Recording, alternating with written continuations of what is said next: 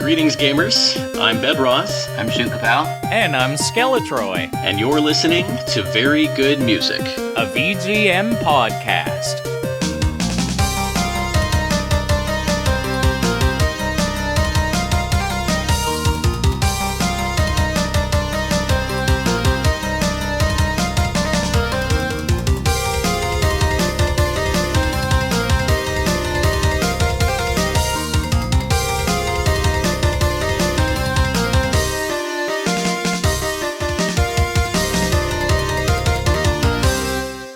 All right, everyone, we are back for our big two-part season finale. And as usual, if I time travel a little bit in any of the narration today, or if any of us do, we're recording this the last week of December, and you're hearing it in February. So we are still in 2020 as of time of recording. So if we say anything about that, just roll with it. You guys are good at that. So we are joined for this very, very special episode by a very, very special guest. The king of YouTube thrash remixes and the composer of the very good theme song. Gamers, we have Skeletroy. How are you doing, sir? Geez. I hope I can live up to that intro. Water. Yes. Yeah, if you hear if you heard that gurgling sound while I was making that stellar intro, that's Shukapal fueling up. And yes, we also, as always, are joined by Shukapal. How you doing? Yay. Are you excited to talk about more Mega Man? Mega Man And X. specifically, Mega Man X. And so we compared Mega Man 2 and Mega Man 3 for our Season 1 outro. We decided not to include Mega Man 1 because even though some of the songs are pretty special, it didn't really compare to either of the other two, just in scope. Not to say anything bad about Manami Matsumae, because we all love her. But 2 and 3 just sort of, they were a little bit more equal. And I think it's for that same reason that, it's funny, Troy, you and I decided independently of each other that Mega Man 2 X2 really just did not stand up to X1. Yeah, it's, and I'm kind of interested to hear your reasoning behind it, but for me, it's almost like the songs aren't complete. And I think, as the listeners will hear as they, listen to this episode here, the Mega Man X songs are really pretty elaborate, they usually have a really solid intro, and then it's almost like any song you hear on the radio, like you hear your verse and your pre-chorus and your chorus, and it's all really well composed, and I found X2 just didn't have that same level of quality. I think that you put a finer point on it than I could have, and I think we're probably going to come back to that a lot in this episode because you're a much more active composer than I've ever been. But I came to, I think, essentially the same conclusion, from a different direction. You're right. The X and the X3 soundtracks, they have a definite structure to them. You'll hear me talk about like A sections and B sections and things like that as we get into the episode. And yeah, the Mega Man X2 soundtrack, what it was for me is that the songs just weren't as catchy. I didn't find myself coming away from any of them with them still in my head or like humming them or anything like that. The one that came the closest to me in that regard, I think, is the Bubble Crab stage, which was also reused in X4, I think. But other than that, there just really wasn't much of anything, which surprised me a little bit because the game itself, I actually have more nostalgia for than X1. I think X1 is a tighter game. It's similar to how I felt about Mega Man 3 versus Mega Man 2. I would agree with most people that Mega Man 2 is objectively the better game. But for me, I liked X3, or I'm going to keep doing that. I like Mega Man 3 better. It's more fun for me. It's got more bells and whistles, and it was the first one I played, so it was super nostalgic for me. I like X2 as a game. And it's got Rush in it. Yes, it's got Rush, it's got Proto Man. I like X2 better as a game than X1, but the music, it just kind of rambles. It doesn't have as much structure to it, and so it didn't stick in my head as much. And so... yeah, it feels like it's missing some hooks or something. And I think it was around that time, because this would have been near the beginning of this season for us, that Shukapow picked the Gravity Beetle theme for our Five Finger Fanfare episode. And I had gotten X3 on the Wii U eShop a year or so before, and played a little bit of it. And I vaguely remembered while playing it that while I didn't enjoy the game, because it's just really kind of hard in an arbitrary kind of way, I did remember finding that a lot of the songs that I played were really catchy. And it had been a couple of years since I heard them, so I didn't remember any of them. But I decided to give it a listen, and that's when I wrote back to you and said, hey, how would you feel about doing X1 versus X3 instead? And yeah, so here we are. And before we get into the comparisons, what's your what was your general impression of Mega Man X3? Was this the first time you'd really given it a thorough listen? No. I mean, I've been actively listening to video game music basically since I was a kid.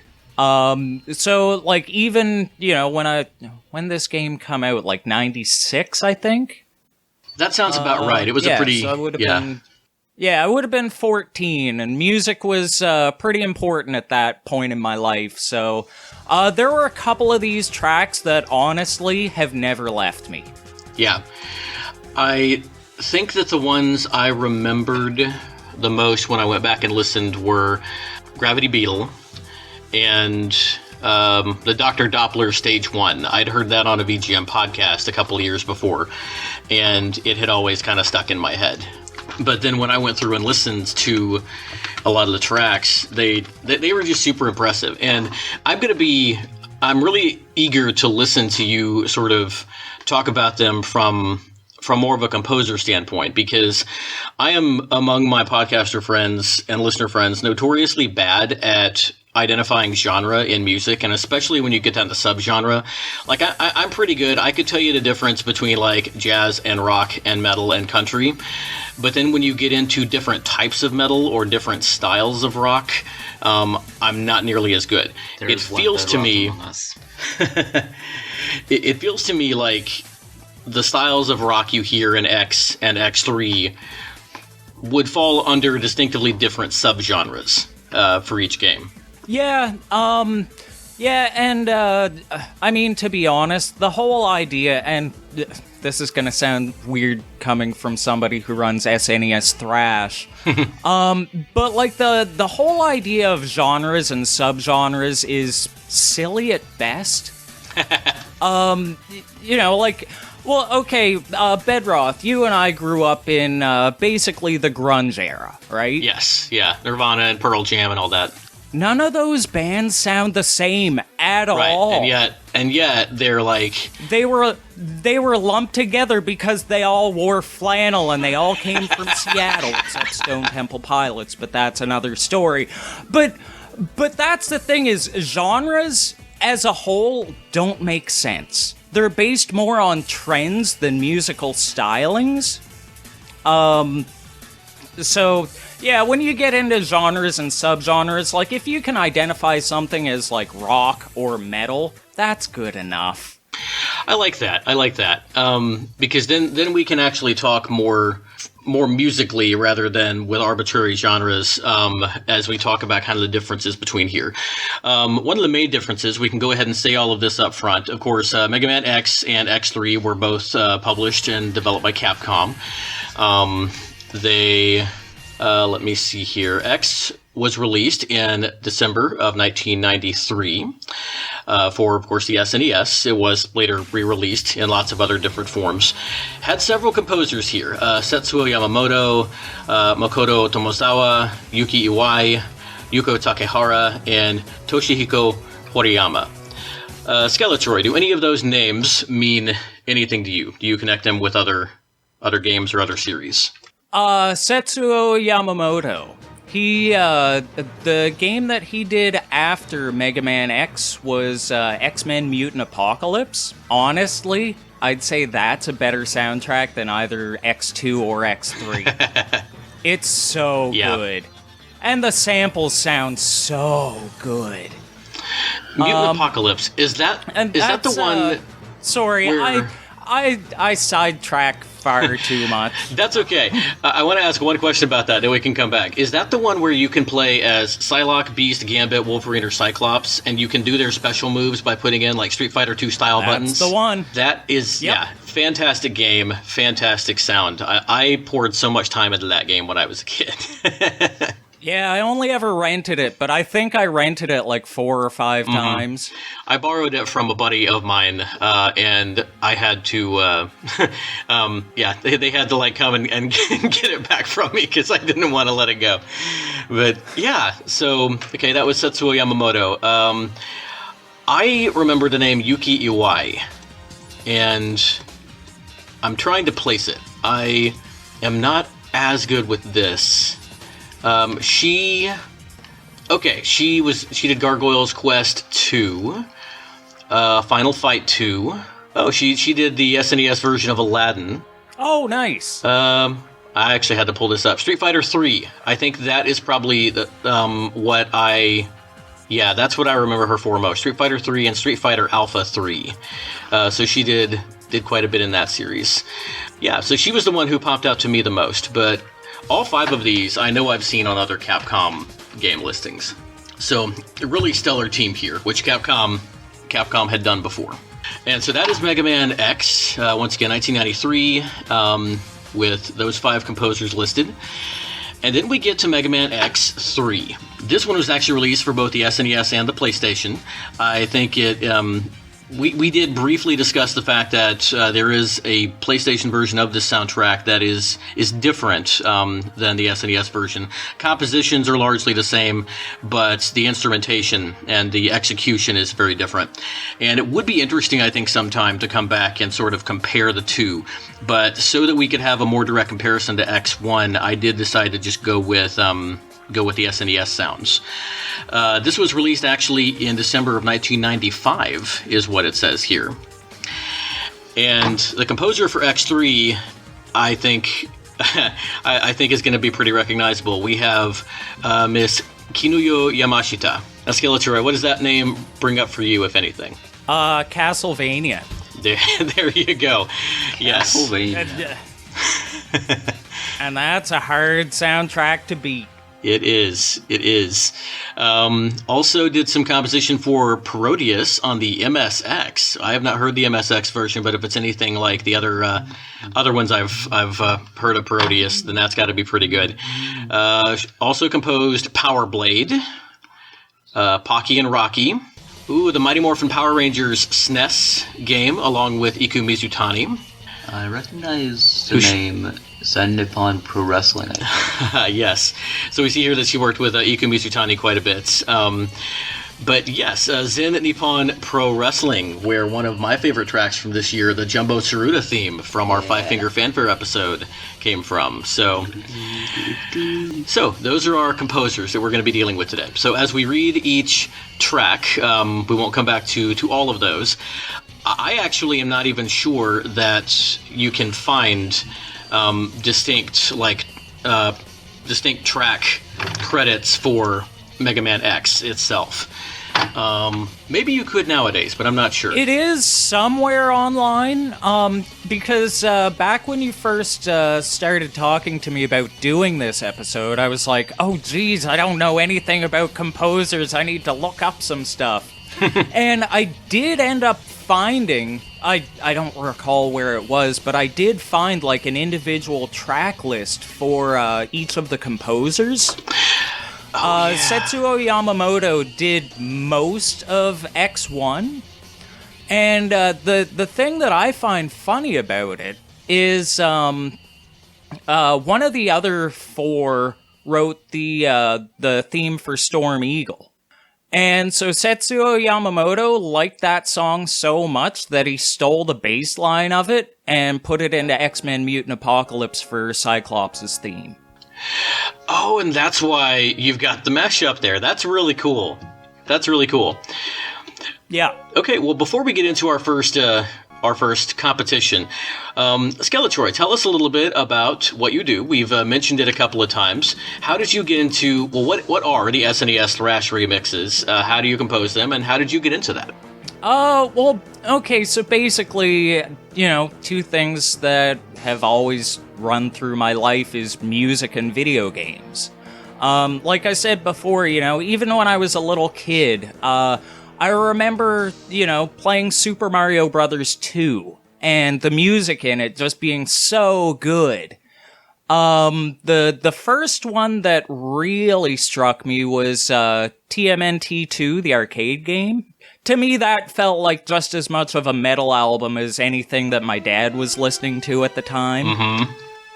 Mm-hmm.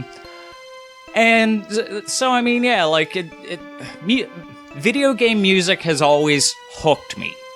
And then, when I was a teenager, I started writing music and, playing guitar and drums and all that good stuff. And, I mean, eventually those two worlds just kind of combined when I found that there were a whole bunch of video game musicians on, online back in, this would have been like 2004? Mm-hmm. And it was, I'd found, the site that Vert was running, VG Mix. Because at the time there was VG Mix and there was OC Remix. Yeah. And, one of them's still going. Yep. OC Remix is the one that, of course, I am most familiar with. But yeah, back around this time was when I really first started finding and saving video game music to listen to, like, separately. I had recognized music in games before, and there were some that had really stuck in my head. Sonic 3 and Kirby's Adventure, or Kirby's Dream Land, rather, really were a lot of them. But and the Smash series did a lot for my appreciation of video game music. But yeah, OC Remix is definitely the one that I'm more familiar with. Yeah, so I mean, I'd done a few songs on there, and you can still find a couple that I've re-uploaded to my YouTube. But, I kind of came to realize that there were so many people doing, guitar-based rock or metal covers that I kind of wanted to do something different. And that's when I found out about Jam with the Band on Nintendo DS. And it's, it's a full, 8-channel music editor, where you can pick, I think there's 55 different instruments you can choose from, so it's not full MIDI standard or anything. But you still get a good amount of instruments to choose from, and yeah, I started making that music as sort of like the background to a show I was working on, and the music kind of evolved into its own project, and I dropped the show, and 5 years later, I'm still going. And I'm very glad. I was really happy to stumble on your page, and it's been really cool getting to know you through all of this. And yeah, I think it's really, really cool that you found this niche you really excel at. And it also goes to show that, inarguably, using a DS game to compose is not going to give you the same range of sound and quality as something like Fruity Loops or Reaper or anything like that.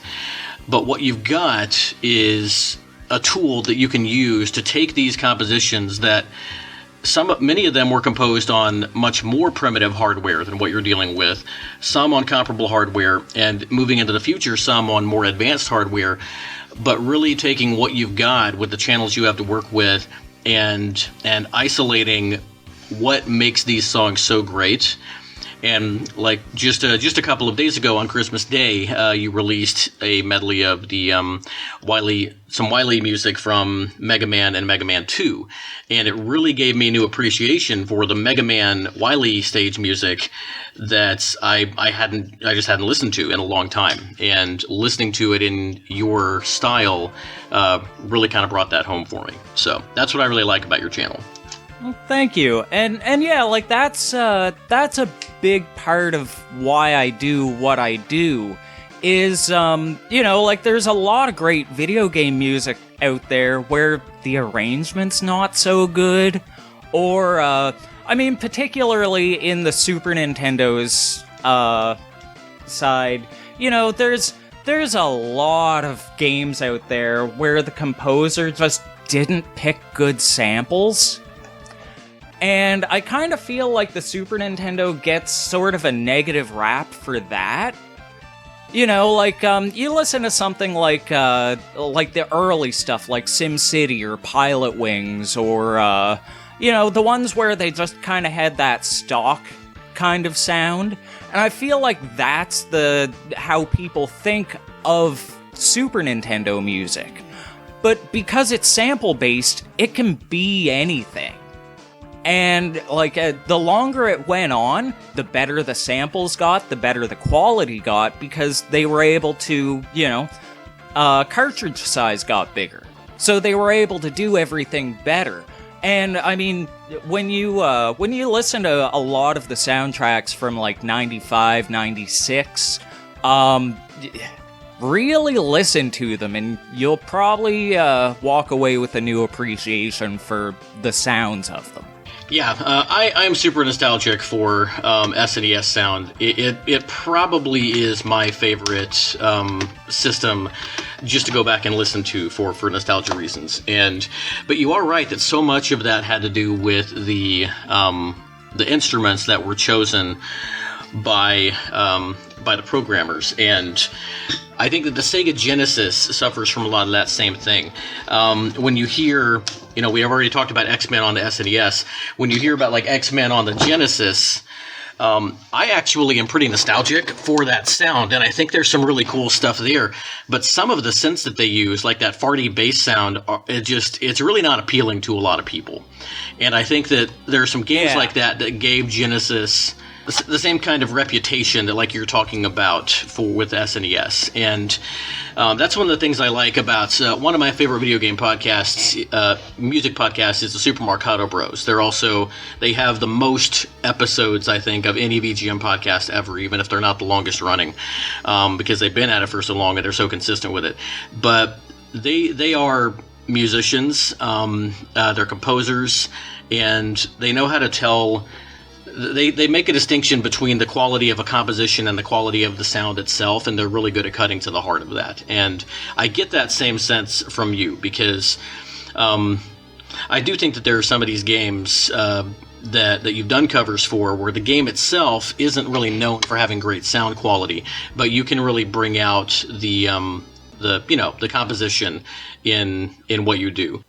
And that piece that we played in with, we haven't actually talked much about that yet, but I've been excited to show that off because I've been looking for an excuse to play it. I actually did use it recently because Daryl, or the last weekend, the host of a VGM Fight Club, I did a triple threat match on his show for one of his special episodes, and he asked if I had any music I would like to have, like walking into the ring music, like my wrestling theme song. And I wanted to pick something unique, and so I went with that. Nice. But what I've come to think of this song as is the Mega Man X style very good music theme song. Because when you composed it, I loved it. It didn't quite have the feel that I thought I was going with for the show. And which is why we ended up with the one we have now, which that was a really fun process that you and I went through for that. But I still really, really love this song. What do you remember kind of what your thought process was when you were writing this up, and maybe where it came from, what the influences were? Well, it was I was trying to take a bunch of influences that I'd heard from your show. So there's the track that actually got me listening to this podcast was the trailer for the which episode was it now? It was The Messenger, Bamboo Boogaloo. Oh, yeah. And I absolutely loved that song. I found a 30-minute version of that on YouTube, and I listened to that on repeat over and over. And then I bought the game, and So the first part of that was trying to take that sort of Messenger influence where it goes from like NES style to Sega Genesis style. And I mean, Mega Man X is just kind of my sound, so it all just worked together well. Yeah, very cool. Very cool. That's really cool. I mean, by the time that we hear this, everybody will know, but I guess you kind of get the scoop. Bamboo Boogaloo is one of Shukapau's tracks for one of his top 10 tracks of the year that we played on our end of year special back in episode 10. And I love Bamboo Boogaloo. It's not my favorite soundtrack of The Messenger, but I love the whole soundtrack so much that it still makes it one of my favorite VTM tracks. But that's really cool. And yeah, now that you mentioned that, I can hear some of that in this. But I love it so much. This will not be the last time we hear it on the show. But I thought it was perfect to kind of debut on our podcast when you and I talk. I like your medleys. We're going to talk about that a little bit as well. But you do a really good job of finding ways to finding the commonalities between things and using that as a jumping off point, but then really making the most out of some of the differences between them too. I believe that if everything goes according to plan, for the preview for this episode, I actually used one of the medleys that you made specifically for this, and that by the time people are listening to this, should be up and available for them to hear. For our last little rabbit trail, before we finally get to the music, would you like to talk a little about that special composition that you did? Was that the Storm Eagle Yes. one? Yeah. Sorry, I've been pretty excited for this episode, so I've been making a lot of music over the past few weeks. So yeah, Bedroth asked me to see if I could come up with a cool medley of Storm Eagle and Crushed Crawfish, and just listening to the two riffs themselves, it sounds like it would be a super easy process. But, shoot, Kapow, you'll probably have found this with, some of the arrangements or compositions that you've done, is sometimes the things that seem really easy are not at all. It's just roadblock after roadblock after roadblock. And I'm incredibly happy with how this mix came out. But, just between tempo, I was having some issues transposing the key. There were a couple stumbling points there, but it all turned out pretty well in the end, I think. And yeah, that actually... we'll talk about this a little bit more when we introduce part 2, but we're going to split this into 2 different episodes like we did last time. And the first episode, we're going to be playing a lot of the ancillary music, the non-Maverick music. For the end of Season 1, we did all of the Robot Masters for part 2, and for part 1 it was kind of everything else. So for this one, part 2 is going to be all the Mavericks, since that's what the Robot Masters were called in the X series, and part 1 is going to be other things. So for part 1 it was fairly easy. We've got what we're about to play is the title leading into the opening stage for both X and X3, and we'll be going through a few more things like that. For part 2, it gets a little bit more interesting, and I'm excited for us to talk about that, and I think we're going to come back to this conversation a little bit as well. While you were talking, Troy, I actually also looked up, I found the Capcom Wiki website, and it did have listings for each song on the Mega Man X soundtrack, so I posted there in the chat for you to take a look at which songs were composed by the other 4 composers, not Setsuo Yamamoto. And interesting there, we've got 4 Mavericks that were composed by other people, and for my money, they're some of the best of the bunch. I know that you've got your own list, which we'll talk about next time, but I think it does bear mentioning up front here that Storm Eagle and Spark Mandrill, which are 2 of a lot of people's favorites, were actually composed by Makoto Tomozawa. So I applaud you. Thank you. DS clamshell applause. Yay. But okay, yeah, let us go ahead and get into our first pair of tracks. As I mentioned, we are going to be listening to the title and then the opening stage music, first for Mega Man X, and then for Mega Man X3. When we come back, we'll talk a little about the songs, and then vote, and then we'll see where we go from there.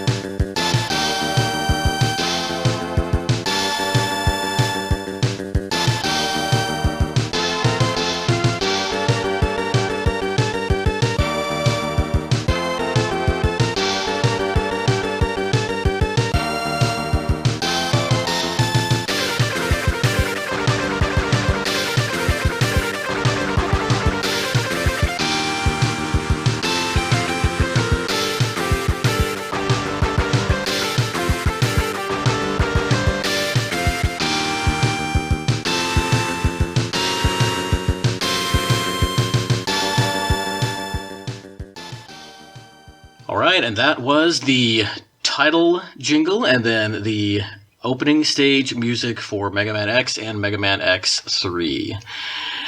Starting strong with these two, and I think that that's probably by design. These composers probably wanted to put their best face forward here. Shukapow, why don't you actually talk a little bit? What do you think about these tracks? That was that it. Yeah, they are that. Let's break good. it down. You left him speechless. You've got some history with Mega Man X, the opening stage, don't you? Yeah. Now, what game actually makes you most familiar with this track? Super Smash Flash 2, actually. Yeah, because this is one of the Mega Man songs in Smash Flash 2. That remix is really, really good. But this is your first time hearing X3's opening track, isn't it? Yeah. Yep. That was like really good as well. When that first the first section has the sound that just in my mind I'm associating with an organ, because there's a run up that's Kinuyo Yamashita makes that really reminded me a lot of Castlevania. And when Chukaba heard that jingle, he was like, "Whoa!" and yeah, it's Mega Man X. It's a classic tune. It's unimpeachable in my mind. It's one of the most perfect, I think, video game compositions ever. It's just really, really well done. Troy, what are your thoughts here? Okay, so for both of these, I kind of have to give the nod to Mega Man X over X3. The title song for X is just, it's perfect. It is. It is, yeah. The title jingle puts it over the top for me as well. X is going to get my vote in this round. Like, the X3 title song isn't bad, but it's no X1. It's not. X1 is in a league of its own. But then for as far that as the stage themes, I think I also have to... that's pretty tough. Because they're both really good. And I especially love that part in X3 where it's like the guitar solo, and then you have the other guitar like just crunching on the bottom, like down to down to down to down down down. Yes, so good. But honestly, I think the X1 is just a little bit better. I do too, and I think on this one, you and I are kind of in sync on this. I loved that part as well. You worded it a lot more succinctly than I think I could have, but just it showed Yamashita's talent at having these two different parts, really having just this masterful interplay between them.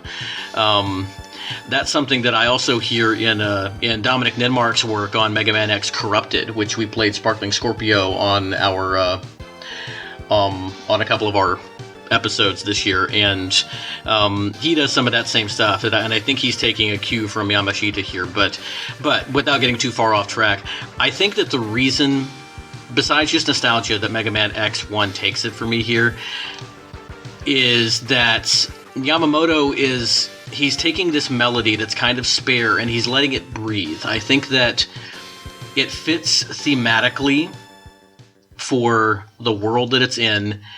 It's a really powerful melody. There's a lot going on. I think that the X3 track is a little bit busier, which is not to say that it's messy or anything like that, because it's masterfully put together. But I think that Mega Man X, it lets you notice it a little bit more. It's not trying too hard. And I don't know. That's about as close as I can get to it. I'd agree with that. Why do you think Mega Man X is a little bit better in this case? Probably, honestly, due to the more driving feel of the drums. Because it makes you feel like Mega Man, running through and shooting those giant bees and whatnot.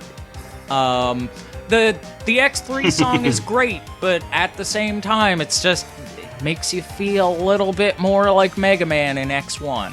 Yeah, it does. It does. And I mean, it's impossible to completely divorce nostalgia from this, and I think that the Mega Man X1 intro stage is one of the best examples of just masterful game design. It's right up there with Super Mario Brothers World 1-1, with just how the stage itself, without the need for any extemporaneous narration, shows you how to play the game.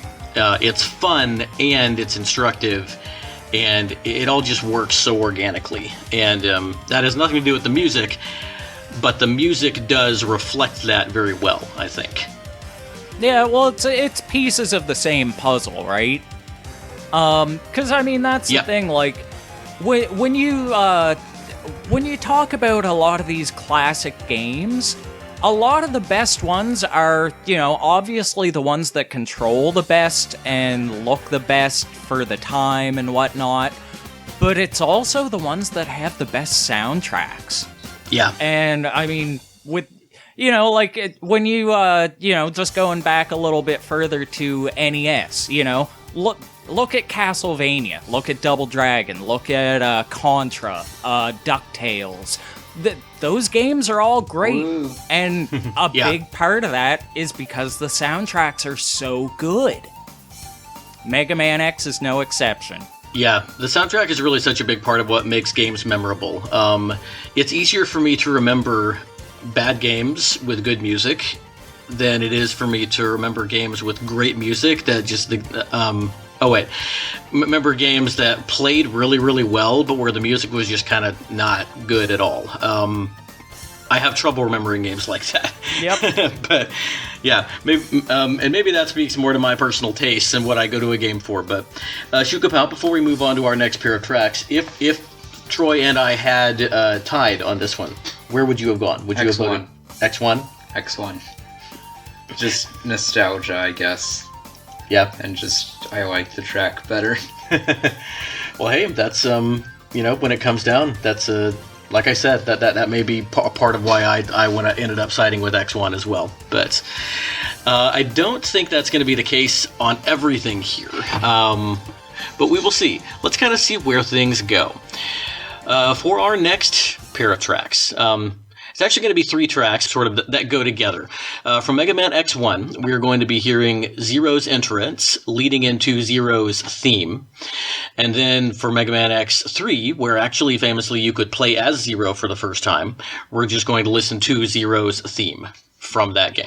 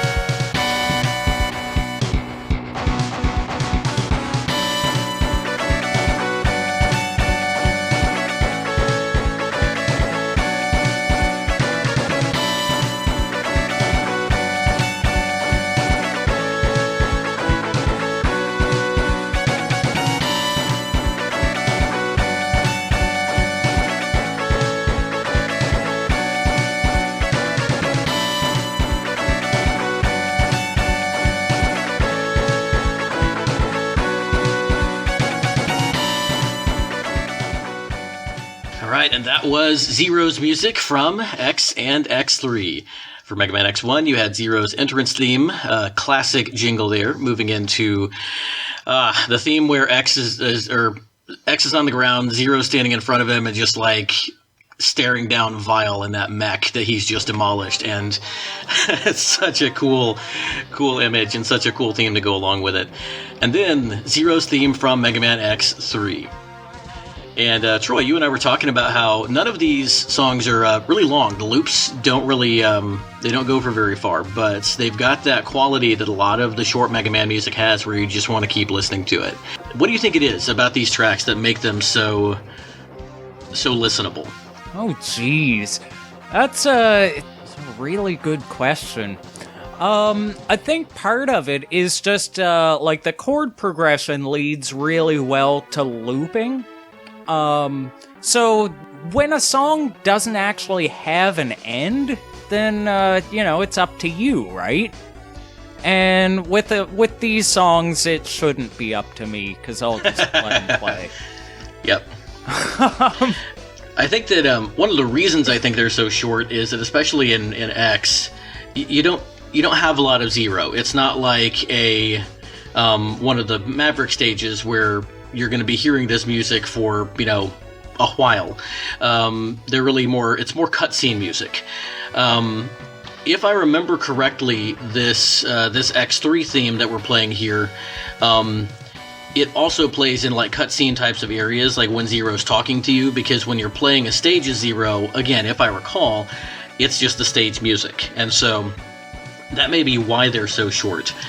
But yeah, as far as why they work, I think it's just because we focus on this, they take this short melody it's a real just nugget of musical goodness, and they build everything else kind of around that, and they don't try to do too much with it. And it is tailored perfectly well just to come back into that. And these short jingles that can play for a long time without getting tiresome, I have a lot of respect for composers that can do that. Yep. Oh, for sure. All right, well, let's go ahead and let's take a vote here. I think I know where I'm going to go with this, but guess first. Troy, what do you vote here? X or X3? I'm gonna actually go X3 on this one. Okay. And okay, so I'll admit that the Zero, like I always called it the X and Zero theme because they were always together. The slower one. Compositionally, that's absolutely fantastic, and in any other case, it would win. But this is honestly one of my nostalgia picks. Okay, so Zero's theme in X1. You've just been trashed by Vile, and he's just ready to destroy you. And then you hear that music, and you're like, oh my god, Zero's coming to save me. This is awesome. And he shoots the arm off of Vile's mech, and he saves you, and it's great. But X3, oh my... When I got to play as Zero for the first time, and I heard that music, and it felt like I was just walking along with such a swagger, like nothing can touch me because I am Zero. I can't not pick that. So that's, I'm going X3. So Zero's entrance music makes this really tough for me because, like you said, what you're calling the X and Zero theme from Mega Man X1, the slower one, it's a really, really beautiful composition, and it evokes that area so well. But the entrance music, the do do do do do do do do is just, it's so. Yeah, it's badass is what it is, which is what Zero's all about. Yep. But yeah, like Timbo the badass elephant. But the Zero theme from X3, that melody hits me in the sweet spot. It's almost got this like rock anthem sound to it, and that is it's very triumphant. I love that sound. And because of that melody, I'm actually going to side on X3 as well. So far we've got 2 unanimous votes.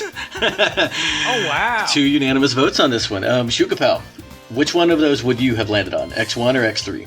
X1. Okay, so if one of us had gone with X1, then it would have won. You would have got that. So, okay. Can you give us any reason as to why? I don't know, it just feels more like Zero, I guess. Okay, feels more like how you picture Zero. Yeah. Okay. Well, maybe that's because you haven't played X3 yet. We'll have to remedy that sometime. Okay, so we have had our opening stage. We've met Zero. Now it's time to go to the area where we're gonna pick who we fight, because that's what you do in Mega Man. Even if you know the prescribed boss order, you can go in any order that you want. And so that's what we're going to do. Now, in both of these games, there are 2 different stage select themes. I think I already know where I'm going to fall on this, because one of these pieces that we're about to listen to is one of my favorite Mega Man X tracks ever. It's one of my favorite short loops ever. It's right up there with the Mega Man 3 Get a Weapon theme for me. We'll come back and talk about that. But we're going to listen to Stage Select 1 and then Stage Select 2, which is the end game area of the game. Stage Select after you've beaten all the Mavericks. And then we're going to listen to the boss selected jingle from, once again, Mega Man X1 and then Mega Man X3.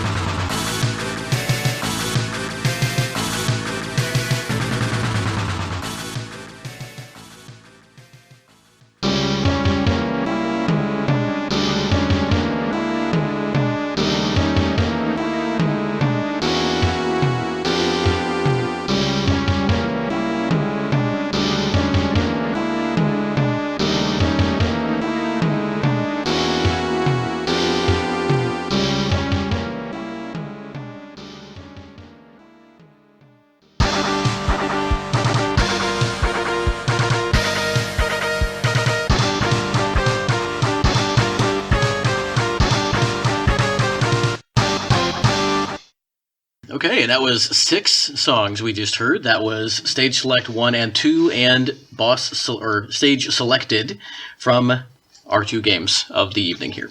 Short loops, once again. I think that we're going to be in that for at least one more, and then we'll start getting into a little bit longer songs for the back half of this part 1. But Troy, what have you got for us?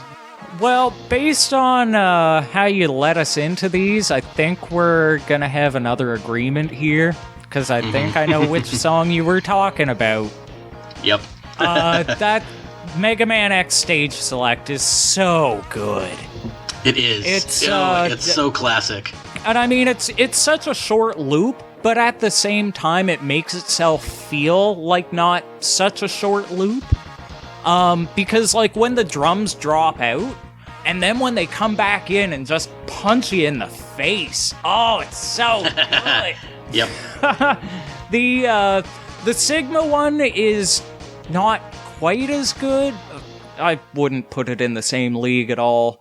But that's partially because of my bias towards orc hits. That's not trying to promote myself too much here or anything, but like, that's one of the reasons why I do what I do, because, like, I love all these songs and, like, all the, the classic Konami songs that are just full of orc hits that I hate so much. When we were listening to this, you mentioned Turtles in Time. Fantastic soundtrack. I cannot stand the orc hits. Some people love them, though, and that's their own thing. I'm saying that the Sigma theme, or what I think of as a Sigma theme, Stage Select 2 from Mega Man X1, reminds me of Turtles in Time, and I said it was probably because of the Orc hits. And Shukapow has come around on them. I've always loved the Orc hits. They're very nostalgic for me, but I hear where you're coming from. I do. And you're right, to each his own. And but yeah, and then of course the stage selected jingle from Mega Man X1. What is that song, Shukapow? It's the original stage select from, well, not the original, but it's from 2. Yeah, from Mega Man 2. So, obviously that's a classic. That would be hard to beat. In some showdowns, you might actually subconsciously dock points for that because it's not an original composition, but it's a very good arrangement of that. And so, yeah, I think we're dancing around it, but yes, X1, I think, is going to win this round by a landslide. All three of us are pretty sure are in agreement here. Tell me if you think of it this way, Troy. You mentioned that the X1 stage select theme, even though it is such a short loop, it feels like it's not, because it feels like it's just this constantly building thing. Whereas all the other short loops, you can tell that they're short loops, and they're not something that you would want to listen to for a long time. What you said about the X2 soundtrack and about the songs feeling like there was just something missing, I got that from both of the stage select themes in X3. I feel like that the first stage select theme, you feel like it's the kind of thing that's going to loop 4 times, and then it's going to move to a second part, like a second section, and do something different, but it never does. You don't get that from X1. X1, the stage select feels like a contained unit. The X3 theme does not. I do think that the X3 Stage Select 2 music is a little bit better. It feels a little more ominous. It actually sounds like something that you would get like when you're facing down Magneto or, this big creepy boss, Dracula or something like that, maybe with the Castlevania influence. And I like the X3 Stage Selected jingle, but it's way too long for what it is. It's actually, I think, the longest loop of any of the ones we have here. It's about 15 seconds. You don't need that for a stage selected jingle. It's just too much. No. And so, yeah, that's kind of where my thoughts are. So yeah, I think we're definitely in agreement on that one. The only thing that I do want to give props to the stage select 1 in X3. Because this is the first time that I've ever listened to it wearing headphones. And those toms sound really good. Like, they start in the right ear and they end in the left, and it's just a really cool effect. So, even though it didn't win, I'm still giving it props. I'm listening to it again, and yeah, you're right. I'm hearing that panning. That is good. And it's a solid composition. I think I just want it to go somewhere else, because it kind of feels like it should be the beginning of a Maverick stage and then move into something, something with a little bit more of a drive. It's almost like, you know how in X1 where Zero's theme it'll modulate up, so where it's and then it'll go up to I think that the stage select should have done that.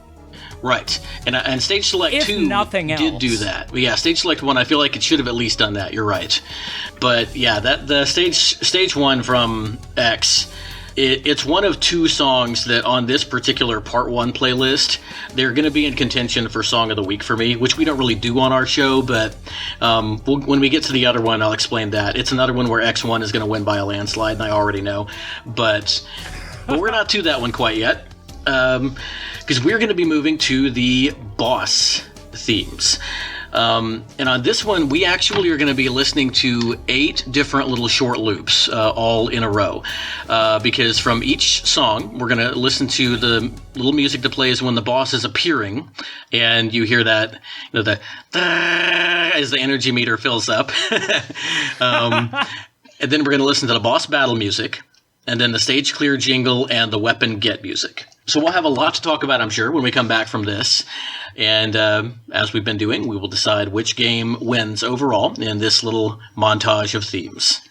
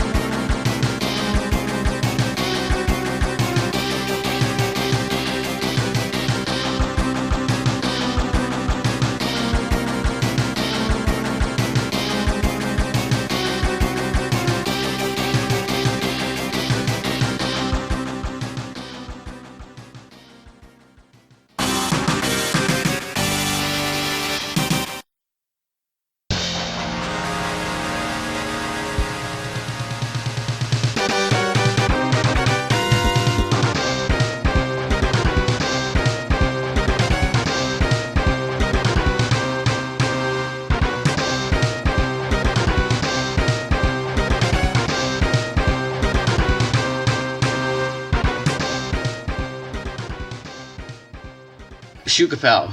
That was 8 songs we just heard. 2 blocks of 4. Which game do you think outshone the other 2? Probably Mega Man 1. X1? Yeah, X1. X1. Okay. X1. Okay, so now that we know your vote, Troy, I guess we'll just follow the pattern we've been following. Tell us a little about your thoughts on these compositions, and I'll kind of come back with mine. Yeah, sure. So I would also go with X1 on this one. Again, not that the music on X3 is bad at all, it's just... Okay, so starting with the X1 boss appears. I really like how ominous it is. You know, it's, like, okay, you made it to the end of the level, now get ready for this. And, you know, like, you feel that in the music. Whereas I don't feel like you get that as much in the X3 one. Like, it's a really cool, you know, like, alright, shred guitar, like, here's an encounter kind of thing. But, I don't feel like it gives that ominous quality. And then moving on to the actual boss fight theme, I would give it to X1 just because it's, again, the drums are more driving, and I feel like it makes for better fight music. I think so. Yeah, we'll talk about the first 2 first, because I'm ready to talk now. I agree with your assessment of the first 2, of the Boss Appears music, even though I actually disagree with the outcome on this one. I find the X3 music to be a little bit more effective in that way, that it's got a little bit more intensity to it, but I do recognize the ominous nature of the first one. There's more subtlety to it. It's a more quiet kind of intensity, and it does... I think in another setting it would be creepy, but again, it settles on that OR kit, but it's got an OR kit with a decomposing sort of fade behind it, and it does work very effectively. It's almost like you've entered this chamber and it's reverberating off the walls, and you're like, you walked into this room and this big fight's about to happen. I might be talking myself out of what I thought there, but anyway, both very good, I think, intro pieces. The reason that the X1 boss battle theme takes it for me, sort of similar to last round, I kept expecting the X3 boss music to go somewhere else. The X1 boss music does. It's got 4, I think, like very distinct sections, and when it comes back into the loop, it does so flawlessly. It's a really well-composed song, whereas the X3 boss battle music it's a 10-second loop. And it works well. I mean, like, I could fight a boss to that for a while, and I think in X3 you're probably going to, but but it doesn't have the same complexity that X1 does, and I think despite that complexity, X1 just really performs exceptionally. And so sometimes when you add too much, it gets to be like the stage selected theme from last round does, where it's more than you need for that. The X1 boss music is not that. It works perfectly for what it is. Moving into the other ones, I think that both of the You Win jingles were effective. I like the first one better. I think it's got a little bit more build and it sounds a little bit more triumphant. Yep. The Weapon Get music, though, I think is the only one where X3 actually wins for me in this round. The X3 Weapon Get music, again, not to say it is like funk, but it's got this sort of like funky rhythm going, and it's a fun track to listen to, and I think it fits really well for what it is. But what did you think of those last 2 parts? I pretty much agree with what you said. Like, the X3 victory theme is good, but the X1 is better. Honestly, I kind of have a tough time deciding between the weapon theme for X1 or X3, but based on the rest of my preferences, it's got to go to X1. Yeah, because I think with 3 of the 4 songs here, X1... Well, for you, 3 of the 4 songs, X1 was the clear winner. For me, I do think I talked myself out of it, even though it was really close for me on the Boss Appears area. I think, have to give it to X1. Shukapow, of course, went with X1 here, so regardless of how I fall, X1 is going to take it once again for round 4. So far in our 9 rounds here in part 1, we have X1 with 3 points and X3 with 1 point. But now we're going to go to our first of, our second character-specific set of themes here. And I had to kind of hunt around for this and watch a couple of playthroughs because Vile doesn't have a song called Vile's Theme on the X1 soundtrack. But Vile is the first boss that you face after you fight the Mavericks.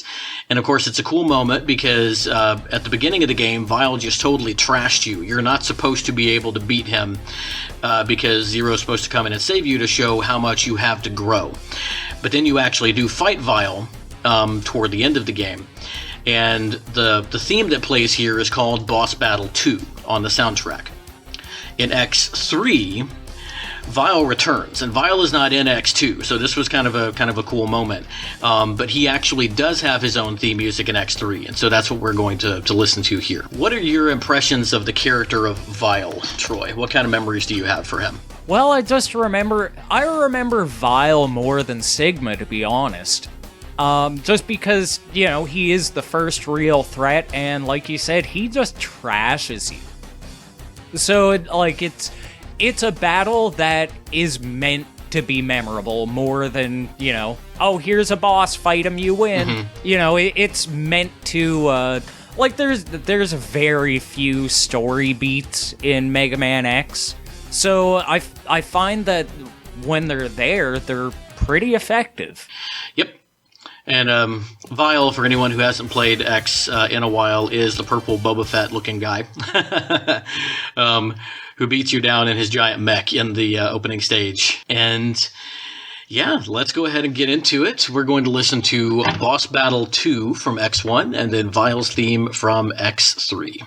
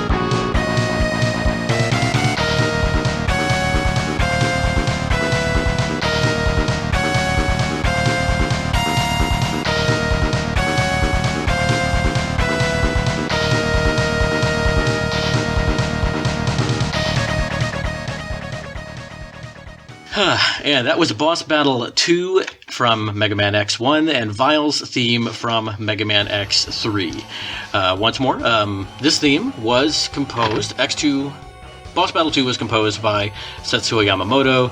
Vile's theme was composed by Kinuyo Yamashita. And yeah, I think these are both pretty fitting for a fight with somebody like Vile. Troy, What have you got for us on these 2 tracks? Okay, so for this one, I have to give the edge to X3. To be honest, it kind of feels like comparing a jingle to a song.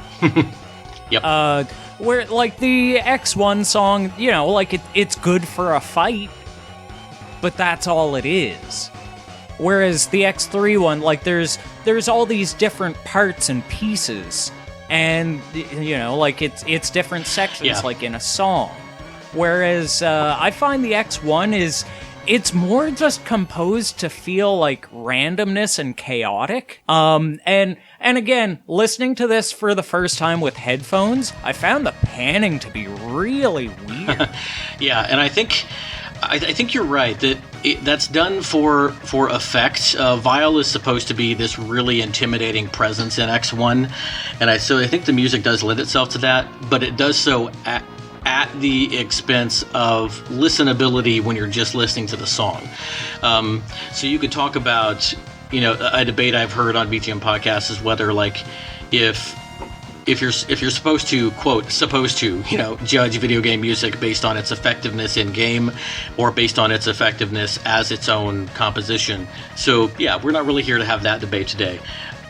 All that to say, I'm with you. This is kind of the reverse of the boss battle themes that we just heard, like the boss battle theme proper, where, yeah, the X3 Vile theme, it just goes a lot of different places. And I was talking to Shukapow while we were listening about how that's kind of what I wanted out of the stage select theme, and why I think the stage select theme from X1 is so much more effective. Because it doesn't feel like, you know, the first part of what's supposed to be a multi-part song, where to me the X3 stage select theme did.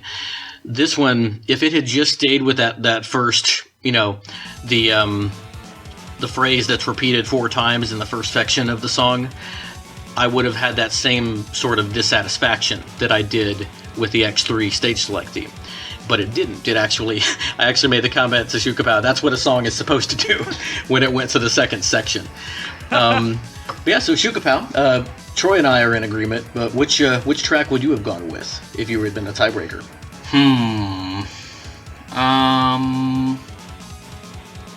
Is it maybe a good thing that you didn't have to be a tiebreaker on this one? I guess the X3 one. Yeah. Any reason to add besides what we've already talked about? Not really. Maybe I should make you talk first each time, but you know what? I think our listeners are probably... Yeah, I take up all the good points. Sorry, Shukapow. I think our listeners have kind of gotten used to this with the guest episodes, that it tends to be the guest and I talking a little bit more, but when Shukapow does chime in... Corner. What? And me playing Pokemon in the corner. That's all right. It gets you some game time on what would ordinarily be a screen-free day. So, all right. But now we've gotten past Vile, and we are getting into the Sigma stages. So, we're not going to play all of them because then we would actually be here all day. So we settled on one Sigma stage theme each, or one final area stage theme each, and then one Sigma battle theme each.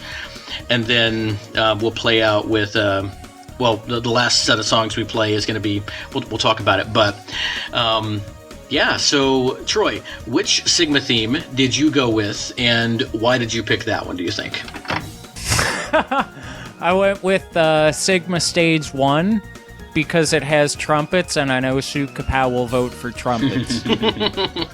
I see what you're doing here. Okay, well, I can't argue with that. I went with Doppler Stage 1 from X3, once again, because I've heard it on other BGM podcasts, and so it's got something special to me. And I'm going to see if anybody else hears what I hear in this song. It's not the only song on the soundtracks that do this for me, but when we come back, we'll talk about that.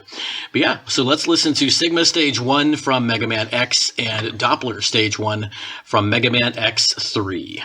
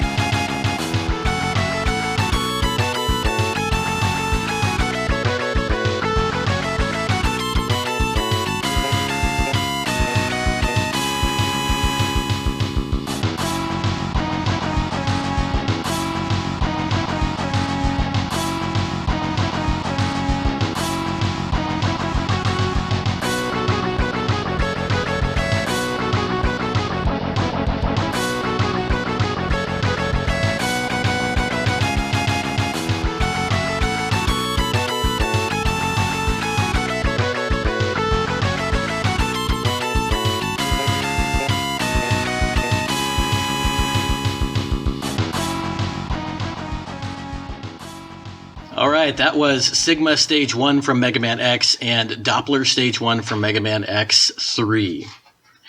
And Shukapal, you don't have to give us your tiebreaker vote yet, but I actually would like you to talk a little about these. What did you think of these songs? They were pretty cool.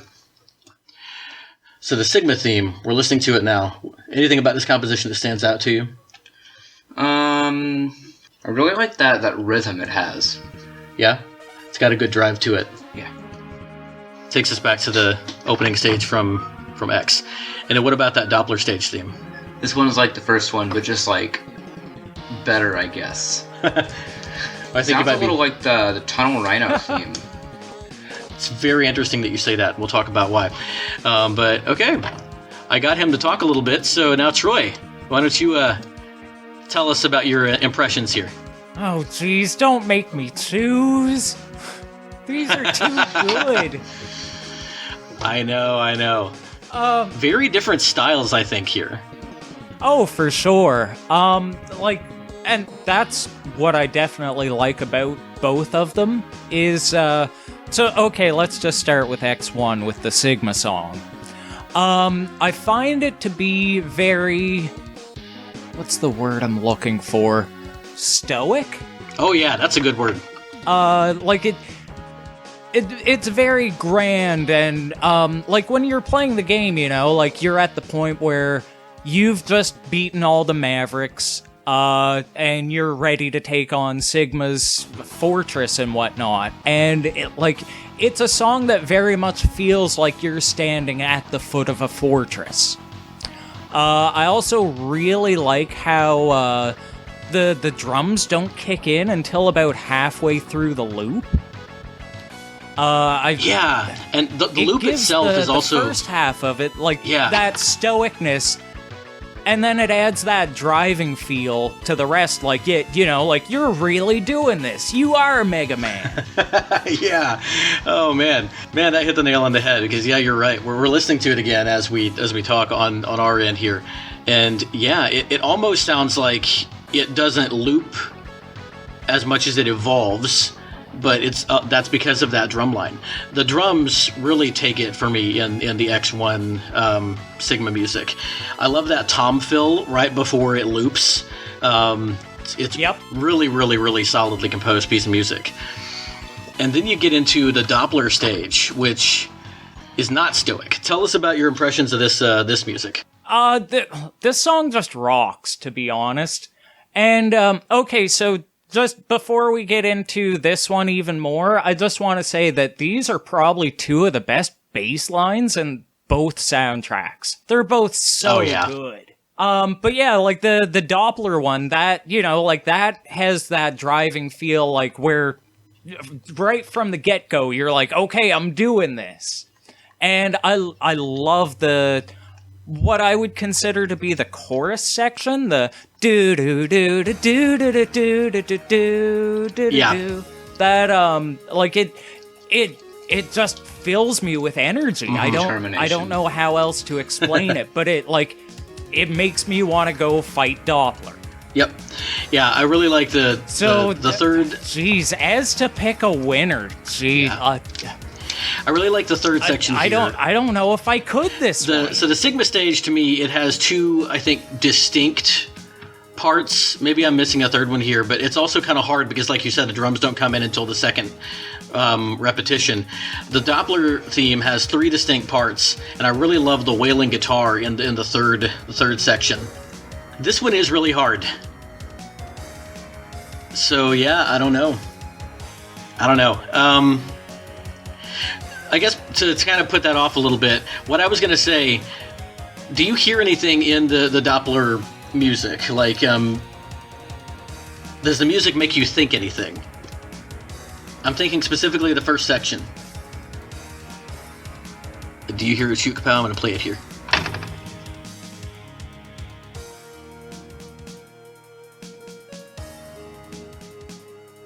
Just listen to it again, and I know whatever you're gonna say to me is gonna make me go, oh, that's it.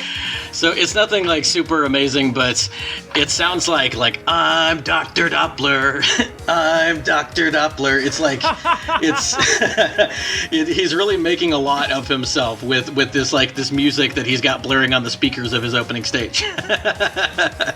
And I get the same thing. We'll hear this in part 2 because one of our opening songs there is going to be Tunnel Rhino's theme. And that's got the same sort of Tunnel Rhino kind of rhythm to it. And I just thought that was kind of fun with both these songs. I very seriously doubt that it was in any way intentional, but it's there for sure. Oh, I love it though. Like when songs will do that, they'll make you sing words that aren't even there. Yep. And just to tie back into my intro story for tonight, when I was a little kid listening to playing Super Mario Brothers 2, I'd always listen to the song and be like, you know, it's Super Mario 2. So same sort of thing. I'm Dr. Doppler. Yeah, I totally hear it. Okay, I think I don't know. This is just really, really hard. Shukapow, you said that you had your choice. Which one do you pick? Mega Man X3. Well, yeah, because I can't pick a winner, I'm gonna have to go with the first one. All right. So you said Shukapow, you said X3? Mm-hmm. Okay. Looks like you're the tiebreaker this time. It looks like I am. I don't know, because I'm so torn. I guess kind of like you. By default, I will fall back on the game that I'm bringing to the table today. So I'm going to go with X3. Which means with Shukapow as the tiebreaker, X3 is going to take this round. But this is the most tightly contested one we've had. This was... this is our pair of the week, I think. So, oh, for sure. All right, very good stuff. Both of these songs, just like everything else we always play, but especially both these songs are what, Shukapow? Very good music. That's right.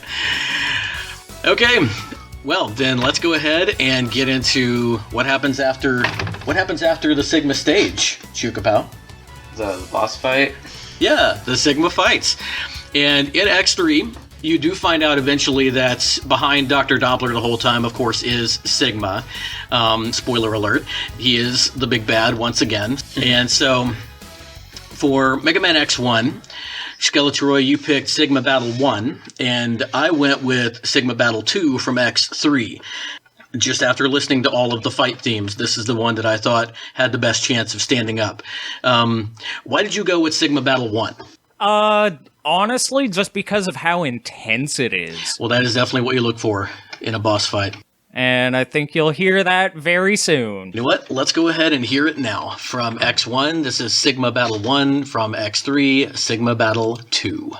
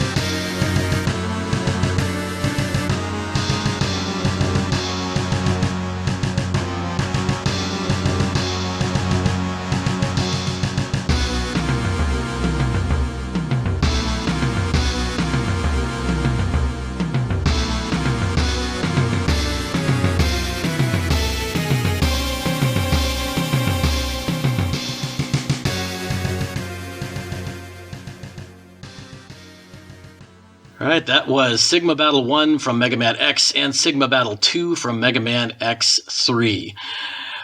Once again, coming from very different directions here. Shukapow, what are the impressions you get from these songs? I don't know. I guess just like, that like big, dark, ominous figure from like the X3 one. Mm-hmm. Then just like that hardcore, intense battle theme for X1. Like, hardcore battle themes are like my jam. I really, really like that feel. Yeah, the both songs I think are really effective at what they're trying to do. And usually when you're fighting Sigma, there are like two phases to the battle, and the first one is usually a big hardcore fight, and then the second one, Sigma becomes this like bigger like deal, almost like god level threat sort of thing. And so I do think both pieces, if our goal here was to like illustrate the two different parts of a Sigma fight, I think we've done that really well. Definitely. Unfortunately, the task we've set ourselves is comparing which type of music is better. And that's much harder to do. Troy, what do you think here? Okay, so first off, I think that Shukapow hit the nail right on the head with saying that X3 is ominous. I can't think of a better word to describe it. And one thing that I really love about this, and again, with the headphones, the toms in this were really good. Like in the second half, it's you can hear them just going ticka-da-doon, ticka-da-doon, ticka-da-doon, ticka-da, and it adds to that creepy feel. It does. But I have to go with X1 because it sounds like it was written by Motorhead. The X1 theme reminds me of the Super Shredder boss fight in Turtles in Time, to come back to that again. It's got that same level of intensity, and I think for me, because of what my jam is, I'm going to have to go with X3. Because I think this is just a super effective piece of music. The dissonance here is really, really, really, really well done. It's so easy to get dissonance wrong, but here it just works super well. Which means, Shukapow, you are going to have to serve your role as tiebreaker. Which song did you like better? X1. As I said earlier, hardcore battle themes are just my jam. All right, and yeah. so with the tiebreaker coming in, we've got X1. So as we approach our last two pairings of the evening, we have got X1 with 4 points, and X3 with 3 points. Getting pretty close to neck and neck here. We'll have to see how this goes. That's honestly way closer than I thought it would be at this point. I thought for part one, I thought for sure that X1 was going to take it, but X3 is really showing strong here toward the end.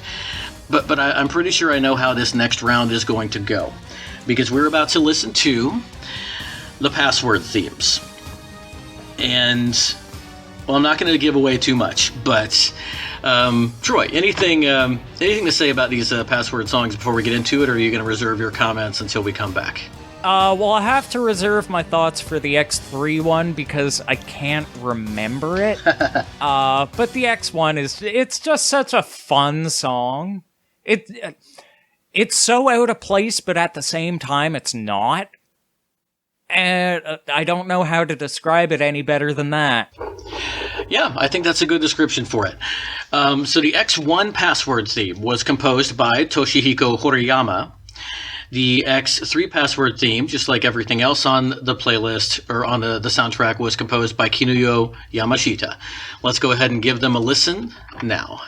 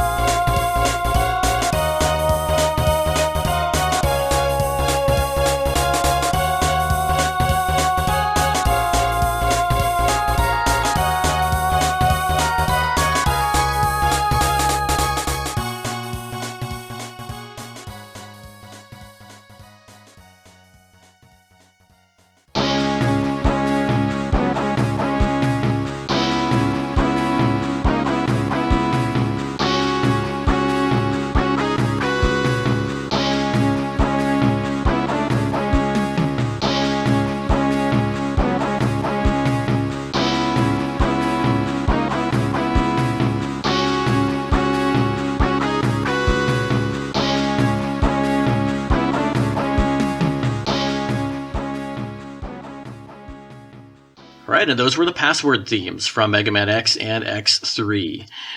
Once again, just want to point out that the X1 password was composed by Toshihiko Horiyama, and of course, Kinuyo Yamashita is the composer for all of Mega Man X3.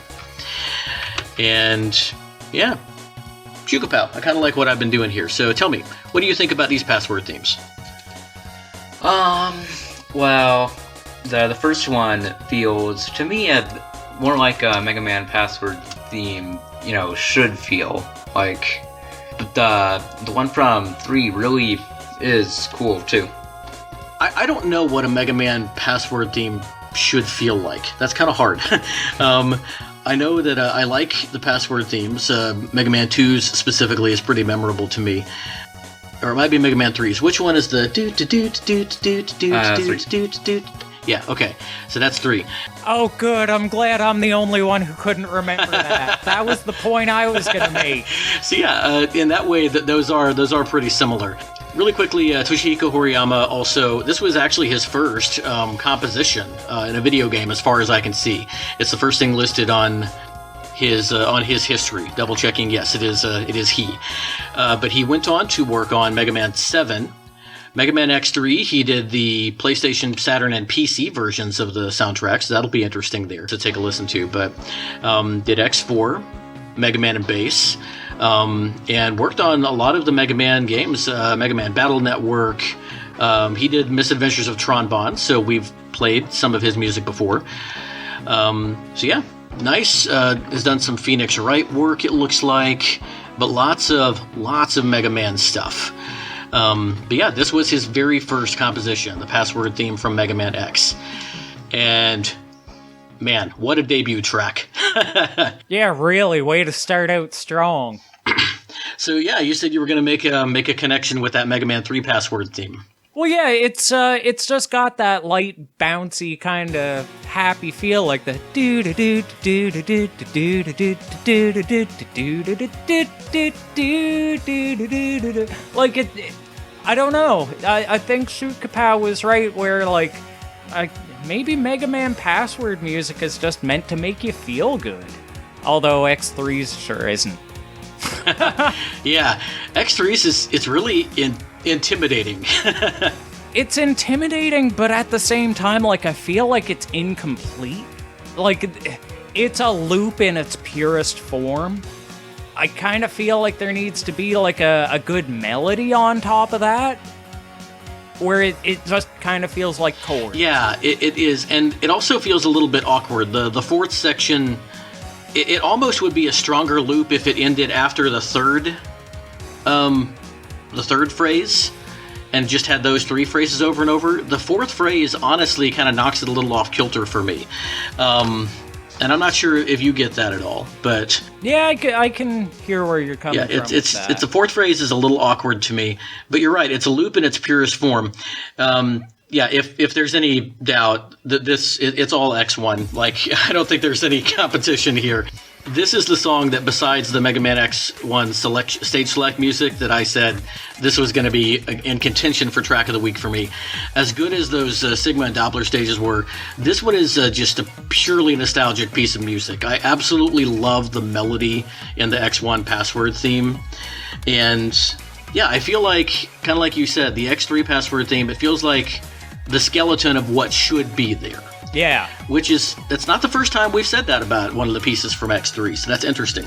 Yeah, I guess maybe it just needed a little more cooking time. Yeah, maybe so. Maybe so.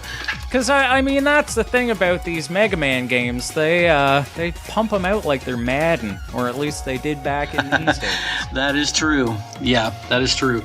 And from what I gather, the whole of Mega Man X3 honestly is kind of like that. It sounds like you may have had a little bit more playtime with it than I did, but it just didn't seem as tightly put together as the previous 2 entries from what I have played. Do you remember any of that? Well, okay, so I've always had this really weird theory about the Mega Man X games, at least the Super Nintendo trilogy. Because to me, it kind of felt like after the success of X1, they were like, yeah, we need a whole bunch of these, so we're gonna get a whole bunch of teams working on Mega Man games. And, I don't know, X2 and X3 have such a different feel from each other. They do. That it's, like, I can't put my finger on it, but it almost seems like it was two individual teams working on, you know, their own Mega Man game at the same time. And, I don't know, I guess as kind of a counterpoint to what you said, I feel like X3 has a lot more polish than X2 does. But maybe that's just me, and I have played X3 more than X2, so there might be a bit of bias. Yeah, maybe that's where we're coming from. If I did play X3 more, maybe I could do that. Yeah, because I do kind of see that. I actually really like the Maverick Hunter themes, or like that whole side story in X2 where you've got Agile and Surges and Violin, and how they can basically you have to defeat each of them to get back one of Zero's parts, because Zero quote unquote died at the end of X1 and Sigma reclaimed all of his pieces, and they're going to rebuild him as, you know, a weapon on Sigma's side, and you have to defeat the Maverick Hunters in order to get him back. I think that's what they're called. And it's really kind of convoluted the way you have to do it. I ended up being able to do it pretty consistently in X2 growing up, and it's one of my favorite games because of that. I also think the Shoryuken is a really, really cool Easter egg, even though it's even harder to get than the Hadouken was in X1. It's really, really annoying to get, but it was a lot of fun to pull off. But yeah, I could definitely see somebody who didn't pour all the hours into it that I did when I was a kid, just kind of picking it up and not really being that into it the way that I kind of was when I finally got around to X3. So maybe I need to give X3 a little bit more time and attention and see if I can get back into it. Well, okay, just because you brought up the Maverick Hunters there. Yeah, the X Hunters, yeah. That's one part of X3 that is honestly just terrible. The Bit and Bite, they're like the equivalent of the X Hunters, and it's honestly, it's a crapshoot as to whether or not you're going to encounter them in the order of the game where, you know, you'd be going through and getting the weapons in the order of the bosses and whatnot, but they're so random as to whether or not you're going to have the right weapon when you get to Bit and Bite that it kind of kills it. So I would give X2 credit for, like, they nailed the Maverick Hunter where X3 completely dropped the ball. That is one thing I've heard, that it almost seems like the order that you fight the Mavericks in X3 in order to take advantage of their weaknesses is different than the order that you pick up the power-ups. That it doesn't seem to follow sort of the same coherent line. Yeah, it's kind of unintuitive in that way. Which, like you said, I think that it sort of lends itself to maybe feeling a little bit undercooked. Like, if they had lined those up a little bit better, maybe it would have a reputation of being a little bit more streamlined. Where, of course, X1 doesn't suffer from any of what we've talked about, because it's just, it's a really purely well-made game. And, yeah, I think you've made some cogent points here. But let's go ahead and get into our last pair of tracks, and then we'll come back and talk about how the games did. We know at this point X1 is going to win. We've got 5 points against 3 at the moment, but let's see just how lopsided it is. So I decided to split this up 2 ways, kind of like I did on the Mega Man 2 versus 3 episode. This week we're going to listen to the ending themes from X and X3. Which is like the ending cutscene music. Next week, we're going to listen to the staff roll themes at the end of the episode, and then we're going to play out with the casting theme from X1, which I don't even fully remember what that is, so I'll probably be leaning on you for that. But yeah, X1 has the ending theme, the casting theme, and then the staff roll. X3 just has the ending theme and then the credits roll. And so that's how I decided to break it up, just to make it kind of balanced. I think the casting theme is where, like, they show all the enemies and the robot masters and whatnot. That makes sense based on the name, but yeah. I could be wrong, but I think that's what it... We'll find out next episode. Yeah, okay, sounds good. But for now, let's go ahead and get into the ending themes from both Mega Man X and Mega Man X3.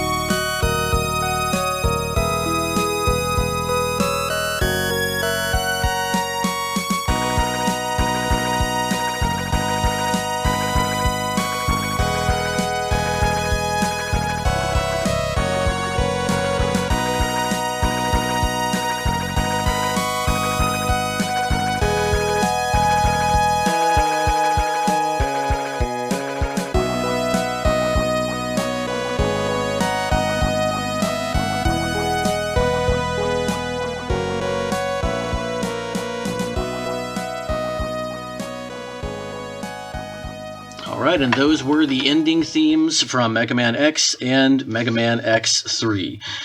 Very smooth, very chill way to come down from everything that we have been listening to this episode. It's almost a video game tradition, you know, like to have the ending theme be like a ballad. Like if you listen to, you know, like Castlevania, Ninja Gaiden, Blaster Master, like a lot of those ending themes were where the composers got to do that sort of ballad style. I dig it. Me too. I like this a lot. It reminds me of, like, it's like a perfect meeting of the 80s and the 90s. This sort of power ballad sort of feel.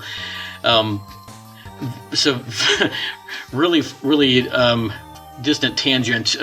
One of my favorite nostalgic childhood movies growing up was The Chipmunk Adventure, which is a movie, yeah, where the chipmunks like go around the world in this hot air balloon and race the chipettes. And this year for Christmas, Tasha surprised me with a copy of that on DVD, and so we actually watched that last night, and it's got a lot of that feel, that sort of 80s into 90s sort of ballad-esque sort of feel to it, and both of these songs kind of reminded me of different parts of that movie, but yeah, so all that's at Shukapow. What did you think? Do you have anything to say about these? Not really. When the first one finished, I asked you about it, and you said, yeah, that sounded pretty cool. So, is that kind of where you landed? Yeah. Neither of these are really my style. Yeah, I know. You also keep leaning back away from the mic, and so you're going to be a lot quieter than I am. But if you end up having to pick one, which I'm not sure that you will, but if you do you know which one you would pick? Or would you need to hear them again? One. Okay. All right. So, Troy, why don't you talk a little about the songs and give us your verdict here? Okay, so, the verdict would go to X1. I mean, I like both of the songs a lot. They're, I do love that, like, the ballad style. I kind of have to give it to X1, though, because of how it makes me feel. Like, I can picture, you know, the ending of X1, and you listen to the music, and, like, you can almost hear the hardship that Mega Man went through to get to that point. Like, you can hear the struggle in the music. Where the X3 one, and I'm pretty sure that you said that the composer went on to do Mega Man Battle Network, because I can hear a lot of that in this song. Which isn't a knock at all. I love the Battle Network series. But this song kind of sounds like Mega Man won the day and now he's going to the malt shop for, for a root beer float or something. That's the vibe it gives me. Yeah, so that composer that you're discussing there is actually that was the password theme composer from X1. Toshihiko Horiyama, who went on to do Battle Network. Let me see what Yamashita did later on that might have reminded me of this. X3 was actually... Well, no, it was not one of her last works. She went on and did... a lot of, looks like Japanese DS songs or music. Most recent work here was Walk It Out, which doesn't even have a system listed. But, yeah, lots of DS stuff in, like, 07, 08. I'm not seeing much really of note after X3. Yeah, a little bit of all over the place for Kinuyo Yamashita after that. But I do hear what you're saying, and I think that I am probably also going to have to fall down on the side of X1 here. I think that the composition is cleaner. The instrumentation, it's a little bit cleaner. There are some parts of X3 where I don't think the implementation is super great, even though the song itself is a really nice piece. I also feel like X1... It doesn't loop, and it doesn't need to. It's like a complete song that I think was composed exactly for the cutscene that it's in. Whereas X3, it does have a loop. That doesn't necessarily... That's not like a qualitative comparison there, but maybe I just feel a little bit more intentionality behind the composition of the closing theme from X1. So... all that said, X1 is going to win round 9 for the ending themes, which means that for part 1, so far X1 is cleaning the table here with a vote of 6 points to 3. X1 is decidedly winning part 1 of our little competition here, which I have to say, I am not surprised. The X1 soundtrack is nostalgic and fantastic, and it's really, really good. But you know what? we have arguably got a more difficult job next week when we come back and talk about the Mavericks. What do you think, Skeletroy? What are your thoughts about that? Oh, I think that's gonna be a tough one. We've heard a lot of great music tonight, but there's a lot of really good music next time. Yep, that's actually why I sort of structured it this way, where we're going to be doing that as the last actual episode of the season. I wanted to lead off with this to kind of give us a taste of these soundtracks, see where they start and see where they end. But really, when you've got Mega Man X music, just like with Mega Man music, what you really come for is the Robot Masters. With Mega Man X, what you really come for is the Mavericks. And so, gamers, that is what we are going to have for you next time. And, we opened up with a lot of conversation and chatter that was really, really enjoyable. But I think that we're going to close things up a little bit quickly now, since we're going to be going into part 2. I think we'll have a little bit more to say toward the end of that. So, Troy, any parting words with us before we come back in what's going to be 1 week for the listeners and, maybe like 20 minutes for us here? Yeah, it's not really parting words. I'll be back. All right. Well, I'm really looking forward to that. This has been a blast. Thank you so much for joining us and bringing your expertise here to the conversation. Shukapow, thank you for poking your head up from the... Expertise, yes, exactly. All right. Shukapow, thank you for every once in a while poking your nose up out of the DS to talk to us. You're welcome.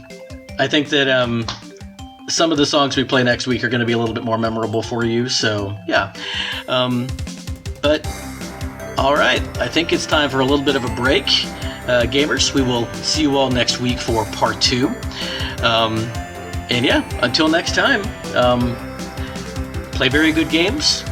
Be very good people. And keep listening to very good music.